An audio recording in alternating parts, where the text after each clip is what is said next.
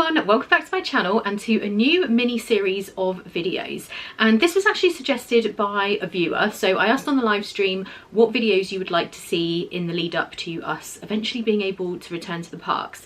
And someone suggested this and I just think it is such a great idea. So what we're going to be doing is my perfect day in each of the 4 parks. So there'll be 4 separate videos and I'll be taking you through exactly what a perfect day in that park looks like to me. I know a lot of you like having the suggestions of things to do, what order I would do them, where I would eat, what snacks I would have and drinks and all that kind of stuff, and that's exactly what we're going to be talking about. And while I'm talking about what I'm going to be doing, I'll be bringing in clips from the vlogs so you can actually see what I'm talking about. I can show you the different things that I would be doing. And the first one, of course, is going to be Epcot. Epcot is my absolute favourite park, so I had to begin there. You'll always be able to tell from the ears which park we're going to be talking about. So I will literally take you through from the beginning of the day to the end exactly what I would do. Now, this is obviously in a perfect world, so we're kind of assuming here that it isn't the busiest day ever in the parks. So when I'm talking about which attractions I'm going on, we're hoping there isn't going to be a huge long wait for each of these attractions so that we'll be able to fit everything in. So let's get going. I've got my notes here and let's start this perfect day in Epcot. So the first thing for me on a perfect day in any of the parks is to get myself from the hotel to the park in the least stressful way possible. And the great thing about Epcot is it actually has 2 entrances. So the main entrance, if you were to get a bus from your hotel to the parks, that will drop you off at the main entrance, but there is also the International Gateway, which is my preferred way of entering the park. So if you're staying anywhere near the International Gateway, so in the Epcot area, around the boardwalk or something, or equally if you're staying over at Pop Century or Art of Animation, Caribbean Beach, the Riviera, any of those resorts that are on the Skyliner route, then this is the perfect way in my mind to go to Epcot. So for the purposes of this, I'm going to be imagining I'm staying at Pop Century because I do have a lot of bookings coming up at that resort. So the first thing I would do is get on the Skyliner to the International Gateway, and that is how I would enter the park. And the good thing about that, it tends to be a lot less busy. So you still have the regular bag check and all of the other things to do, but it just tends to be less crazy than the main entrance. So that's a really good thing. And also the Skyliner station is right there, so you don't have to kind of walk anywhere or do anything. It's just very, very easy. So that would be the first thing I would do. And when you get to the World Showcase in the morning, depending on the opening time of the park, usually the World Showcase is not open till 11. Now I know at the moment the park itself hasn't been opening till 11 in a lot of cases, but we're just going to go by this being a normal day. So say it's 9 AM or something and the World Showcase isn't open yet. However, there is something that is usually open, and that is in France Pavilion, which is the first pavilion you would get to if you turn right over the bridge. And that is where I would be heading, because one thing I absolutely love to do at the start of a day in Epcot is to go to Boulangerie Patisserie in the France Pavilion. They have some great things there for breakfast. It's just the perfect way to start the day in my opinion. So I would head over there. Normally there are quite a few people in there because it's the only thing open at that point, but also a lot of people do come in through the main entrance, so it's not usually too bad. So I would definitely get myself some kind of pastry and maybe a coffee. If I was feeling really crazy, maybe even a mimosa, but I mean it is 9 AM, so got to pace myself when I'm at Epcot. So that would definitely be something that I would do to start the day off for sure. And once I've left there, obviously the rest of the World Showcase still wouldn't be open, so I would be heading back towards the UK and around to Canada to then head over to Future World. But on my way there is one other thing that's open, and that is the Joffrey's coffee stand, which is between the UK and Canada, and I would definitely stop to get my coffee fix. I love Joffrey's coffee. In fact, I am drinking some Joffrey's coffee as we speak right now. That is something I have to do in the morning. I do sometimes get a coffee over at Boulangerie Patisserie, but it's not as good as Joffrey's coffee, so I would definitely stop on the way and get myself one of those. So then I would head round through Canada and out of the World Showcase. And when you exit World Showcase, you can obviously turn left, which would take you around towards Figment and the Land Pavilion, or you can turn right, which would send you over towards Test Track and Mission Space. I would turn left and make my way to the Land Pavilion. I love the Land Pavilion. The way that you walk in and you're kind of on the top level, so you can see everything below. I just love it. It's one of my favourite places to be in Epcot, so I would head down to Sauron. Now, in usual times, I probably would have a fast pass. At the moment, there are no fast passes, but let's assume we have our fast pass for Sauron. So I would go and ride that. I absolutely love that attraction. I love everything about it. I love the music as you are walking through the queue area. I love the actual ride itself. If you can, try and get front and centre. You can ask a cast member if you can wait to sit in the front row, and if it's at all possible to actually get in the middle section, that's even better. But certainly the front row in whichever section you're in is great. But it's such a great attraction. I do miss Soarin' over California, I have to say. I love both of them. Soarin' around the world is amazing as well. But yeah, that would definitely be the thing I would do next. And once I'm done with that attraction, I would immediately head on to Living with the Land while I was there. I really love Living with the Land. It's such a relaxing attraction, and it's quite long as well, so it just gives you a minute to kind of sit, take things in. I don't like to rush too much whenever I'm in Epcot, so that would be the perfect thing to do after riding Sauron. And once I've done that, I would be exiting the Land Pavilion altogether and heading over to Spaceship Earth. Now, Spaceship Earth, as you may or may not know, is one of my absolute favourite attractions in all of Walt Disney World. It's one of those things where when I ride that attraction for the first time on a trip, I just feel like I'm at Disney. I absolutely love it. I love listening to Dame Judi Dench with her narration on that attraction. It's just awesome. So that's definitely something I would do next. Sometimes if you go to that towards the beginning of the day, there can be a little bit of a line because it's the first thing that people come to, and a lot of people will just go on the first thing that they see. By the time though we've done the few things that we've already done, I'm hoping it wouldn't have too long of a line. So definitely I would ride that attraction. I could ride that over and over and over. And if it's very quiet and you ask, they will let you go around again, because it's one of those attractions that is just kind of constantly moving. So you can sometimes do that without having to get off the ride and back on again, which can be good if you love it as much as I do. So once we've done that, I feel like it's time for a little bit of store browsing, and I would definitely head over to Mouse Gear. So at the moment, Mouse Gear has moved slightly. It's not too far away from where it was originally, but Mouse Gear is one of the bigger stores in Epcot. They have loads of stuff in there, so I would just take some time to have a good browse around in there. I don't know the plan of whether or not where the original Mouse Gear was is where it's going back to, or whether there's some other plan, or whether it won't be called Mouse Gear anymore. I don't know, but at the moment it's kind of tucked back towards where Guardians of the Galaxy is going to be, which used to be Ellen's Energy Adventure, so over in that area. And because we're in that general vicinity, I would definitely then go and ride Test Track, and I always ride that using the single rider line. If you don't head for that first thing in the morning and you don't have a fast pass, it can have a very long line, but they do have a single rider line, and often I am by myself anyway. Sometimes Ian and I have ridden in the single rider line because we don't mind if we end up in separate cars, as long as we get to ride the attraction.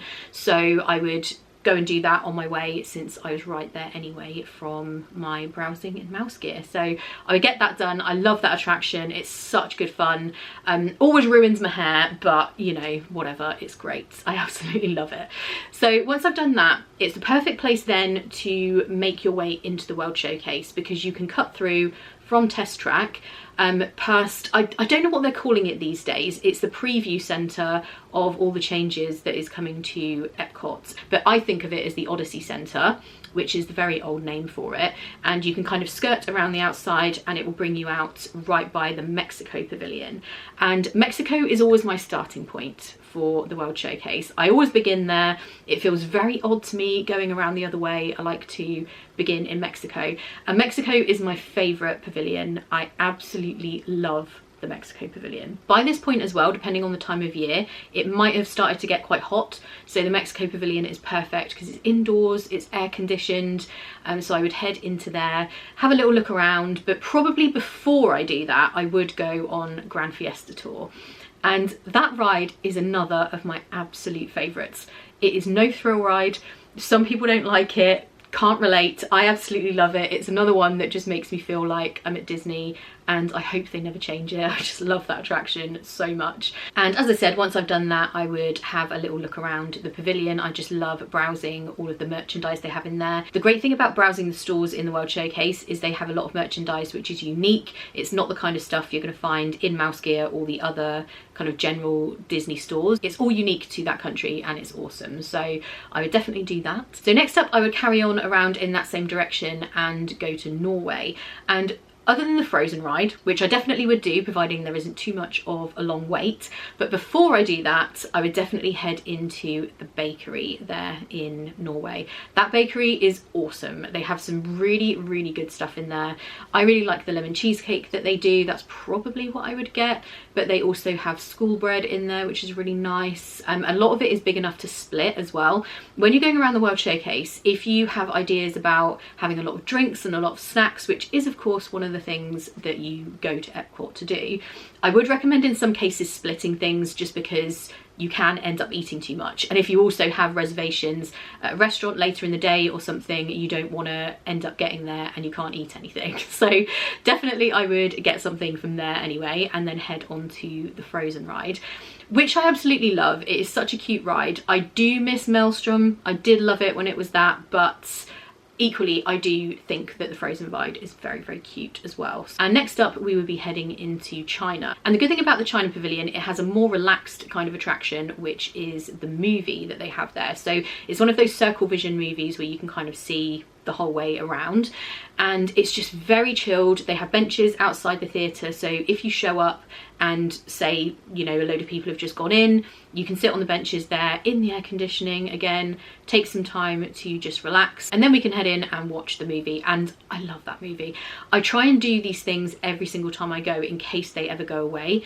Being from the UK, if something is suddenly announced that it's going to be changing or going away, it's not necessarily guaranteed that I will be there again before that happens. So I always try and think to myself, okay, what if this was the last time this attraction or movie or whatever it is was going to be here when I'm here? So I try and make sure I always do that. So I would definitely watch that because I love it. Then they do have a really, really big merchandise store there as well. So of course we would have to do a bit of browsing around in that area. And one thing I haven't really mentioned too much in this video is the festivals. So of course, if it was Food and Wine or Flower and Garden Festival or something, that might differ what kind of snacks and things I would have. But the reason I haven't mentioned it is because I don't know that that would necessarily be happening. So we're kind of playing out this day as if it was a regular day when there is no festival happening, but I might mention the odd thing here and there. So once I've had a browse around there, I'm thinking by this point it could very well be lunchtime. And one thing that I love to do, if you watch my vlogs, you know that I do this all the time, is get a walk up at Nine Dragons. Now, Nine Dragons gets kind of mixed reviews. Some people don't like it. I absolutely love it. It's quite a big restaurant, so you normally can get a walk up, especially at lunchtime. I don't think I've ever been turned away for a walk up. Sometimes I've had to wait maybe 15 minutes or something, but usually you don't need an ADR. You can just kind of turn up and decide there and then whether it's something you want to do. But very often I will just get a quick walk up lunch there. So I feel like I'd probably do that. Feels like it would be the part of the day where I would want to have lunch. So once I've had that, obviously we would then be moving on around to Germany. And in Germany, there's less to do in the way of kind of attractions and stuff, and they do have some stores to look in. But one thing I love to do in Germany is to get a beer, and they have Schofferhofer, which is a grapefruit beer. I absolutely love it. I always have to get one of those. Again, when it comes to snacks and drinks and eating in general, you could split things, even drinks, with some people if you feel like you don't want to drink too much alcohol.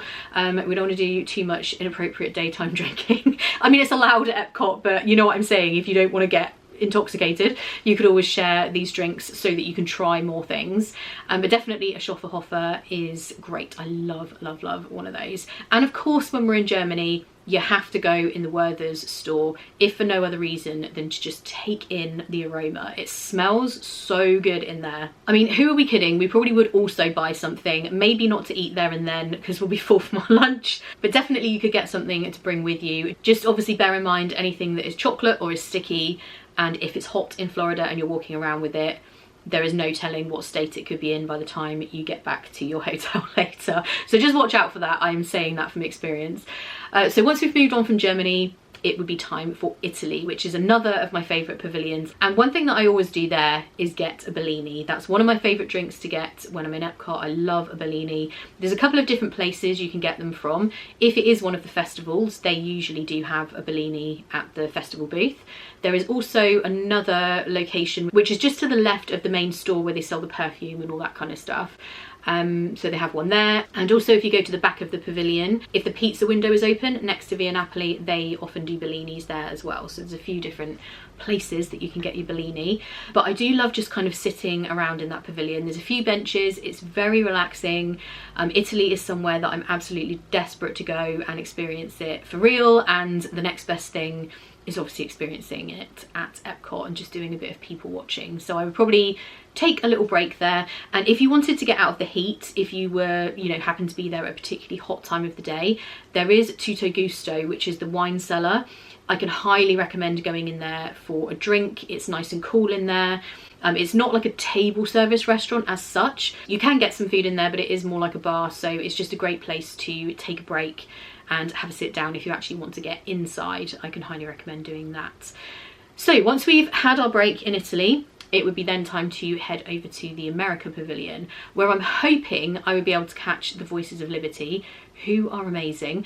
Usually they used to perform inside the pavilion. I think of late they have been performing on the stage, which is usually used for the concerts that they have at Epcot. But normally I think they do perform inside. But wherever they are, hopefully they would have some kind of performance around that time, because they are amazing. They're just so talented and great to watch. And also there is an attraction inside the America Pavilion, like a little show that you can watch. So I might go and do that as well while I was there. It depends on time, depends how many other things I'm doing and what have you. But I may also do that while I was there. So next up would be Japan, and the Japan Pavilion is huge in size. There's definitely a lot to walk around and see. One of my favourite things though is the Mitsukoshi department store. And the Mitsukoshi department store is actually a department store in Japan. I believe that this is the only location they have outside of Japan, which is really awesome. I think I've got that right anyway, but it's really interesting to look around. If you go right to the back, they have a lot of really unusual snacks and drinks and stuff from Japan, so it's really worth taking some time to have a good look around there. And also they just have kind of the pond that you can walk around, like a garden type area, so it's worth just taking some time to have a good look around there. And this is going to be one of my few mentions of the festival. If it happened to be Flower and Garden Festival, there is no question, whether I was hungry or not, that I would have frushi. Frushi is probably my all-time favourite snack from any of the Epcot festivals. It is fruit sushi, just in case you don't know what frushi is, and it doesn't involve fish. I hate fish. It's absolutely awesome. So if it happened to be that time of year, I would definitely get some frushi while I was there. So moving on from the Japan Pavilion, we would then be heading into Morocco. And the Morocco Pavilion, I feel like it's one of the most authentic looking pavilions. It's so great. As you kind of walk back into it, there's quite a lot to see. And where they have the kind of outdoor shopping area and inside, you can really smell like incense and stuff. It just really has a very kind of authentic vibe, which I absolutely love.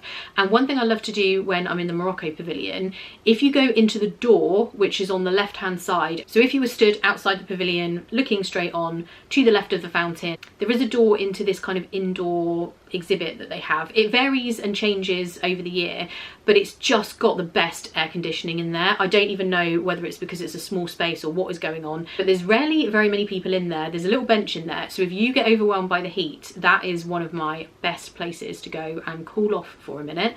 So definitely I would do that, but just have some general wandering around that pavilion. I just absolutely love that. And then we would be moving on into France. And I feel like if I haven't had the frushi, I may be able to force down a snack at this point. I'm hoping so anyway, because something I love to get when I'm in the France Pavilion is from the ice cream store, which is just outside the building you go into to go to Boulangerie Patisserie. And they do a brioche pressed ice cream sandwich. You can have whichever flavour of ice cream and sauce that you want. They put it inside the brioche and then press it in a hot press, and it's so good. It is pretty big and it can get a little bit messy to try and split it, but Lisa and I have split it before and not got in too much of a mess. But it's amazing. It's so good, so I can highly recommend doing that. And also I would go and watch the movie. So they have a theatre back there. Sometimes I think now it is a Beauty and the Beast sing-along, I want to say, but I think they do still show the movie maybe in the evenings. I really hope so anyway, because that's something I'd be quite disappointed if that goes away before I get a chance to go back. It's very vintage, like it's been there a long time. It is not a modern short film, but I just love the music in it. It's very nostalgic to me, so definitely while I'm there I would do that as well. So obviously now we're heading back towards where we entered the park all the way in the morning, and that's going to take us back to the bridge between France and the UK. So heading over into the UK, if I'm totally honest, I don't spend tons of time in this pavilion. Probably because I'm from the UK, so it's not quite as, you know, exotic as the other pavilions to me. However, there are some things that I like to do. I love going into the tea shop where they have all the different types of tea and biscuits and sweets and stuff, and we like to guess the outrageous prices. So something that might cost £1 in the UK sometimes is like 10 bucks or something, so we really like to go in there and play a guessing game to see who can get closest. Whoever I'm with, we always seem to do that. That's just something that we do. And I do usually have a little browse around the store as well and see what's going on. And if there is a meet and greet, sometimes you can go and meet Winnie the Pooh in Christopher Robin's bedroom back there, which is awesome. So if that happened to be going on, I would do that as well for sure. But after that we would be heading into Canada, which would be our last pavilion of the day.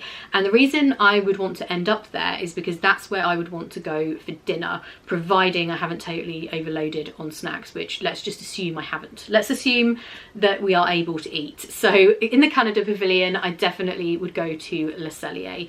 It is one of my absolute favourite restaurants. People find this quite funny because I don't actually eat steak, and it is a steakhouse. The good thing about it, Ian loves steak, so do most of my friends who I travel with, so they would most likely have that. But I love Le Cellier because they have the cheddar cheese soup, which is very iconic to that restaurant. It's awesome. And they have it with pretzel bread. It's so good. And also they have poutine, and they usually have various different types. It's really nice because it is a signature restaurant. And they also have ice wine flights, which I love as well. So there's loads of things I love to eat there, even though I don't eat steak, and it's usually a great place for my travel companion as well, who does eat steak. So that would definitely be somewhere I would love to end the day, eat dinner there. And once you're done with dinner, as we're assuming that this is a regular kind of perfect day at Disney World, then I would want to watch the fireworks. So at the moment there are no fireworks. We did have, obviously Illuminations went away, then we had Epcot Forever. Then for the past year-ish there hasn't been any fireworks, and soon we will be seeing Harmonious. So hopefully this would be on a day when I can then watch Harmonious to round out the day. Because the World Showcase is such a big area and there's so many places to watch the fireworks, I feel like compared to some of the other parks, it's less stressful. You don't have to sit there for ages trying to stake out a spot. If you do wander out of a restaurant or a pavilion and the fireworks happen to be going off, you can normally find somewhere to watch them, and it's just the perfect way to finish the day.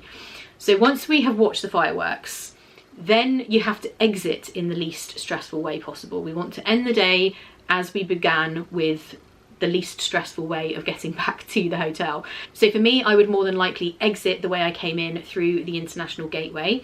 Obviously we're assuming I'm staying at Pop Century here, so I would just get back on the Skyliner and head back to my hotel, which would be quite stress-free. The other thing I would do if I was staying elsewhere, or I was staying in a Disney resort that wasn't on the Skyliner route, is just walk over to the Beach Club, which is a very short walk, and I would get an Uber from there. That's probably the thing I do the most often if I'm not on the Skyliner route anywhere, is just get an Uber, because it's quicker, it's easier, you don't have to line up for a bus and all of that kind of thing. And we'd be pretty tired, I think, after this long day in Epcot, but that is how I would end my day. So I really hope you guys enjoyed this little walk through Epcot with me, finding out what my idea of a perfect day in Epcot would be. Please let me know in the comments what you would do. What is your perfect day in Epcot? Not necessarily everything, but what are the highlights? What snacks do you have to have? Where would you eat dinner? Where would you eat breakfast or lunch? Let me know. I love hearing from you, and I love talking about Epcot. It's my favourite park, so please do leave any comments. And if you enjoyed this, also I would love it if you give it a thumbs up. It just helps other people to to find this video. And I just want to say a huge thank you to all of you for sticking with the channel throughout the last 12 months. It's been a crazy time. We obviously haven't been able to go to the parks, which has been a huge bummer and a massive adjustment because it's something I'm not used to.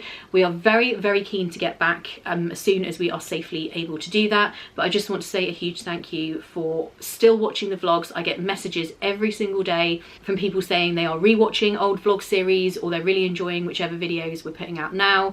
And it really does mean everything. Having your support, you liking and commenting and watching, it just really helps more than you know. And for those of you who support us over on Patreon as well, thank you to you. That really, really does mean so much to us. If anyone's interested in Patreon, it's linked in the description. We do have a podcast over there as well as various different things going on, so if you wanted to know what that is, you can find out below. But just a huge thank you. I hope everyone is doing good, staying safe, hanging in there, and fingers crossed very soon we will be able to bring you new vlogs. And next week I will have the next in the series of these videos where we'll be doing another perfect day in one of the other 3 parks, so stay tuned for that as well. Thank you guys so much for watching. I hope you're having a great day and I'll see you in the next one. Bye.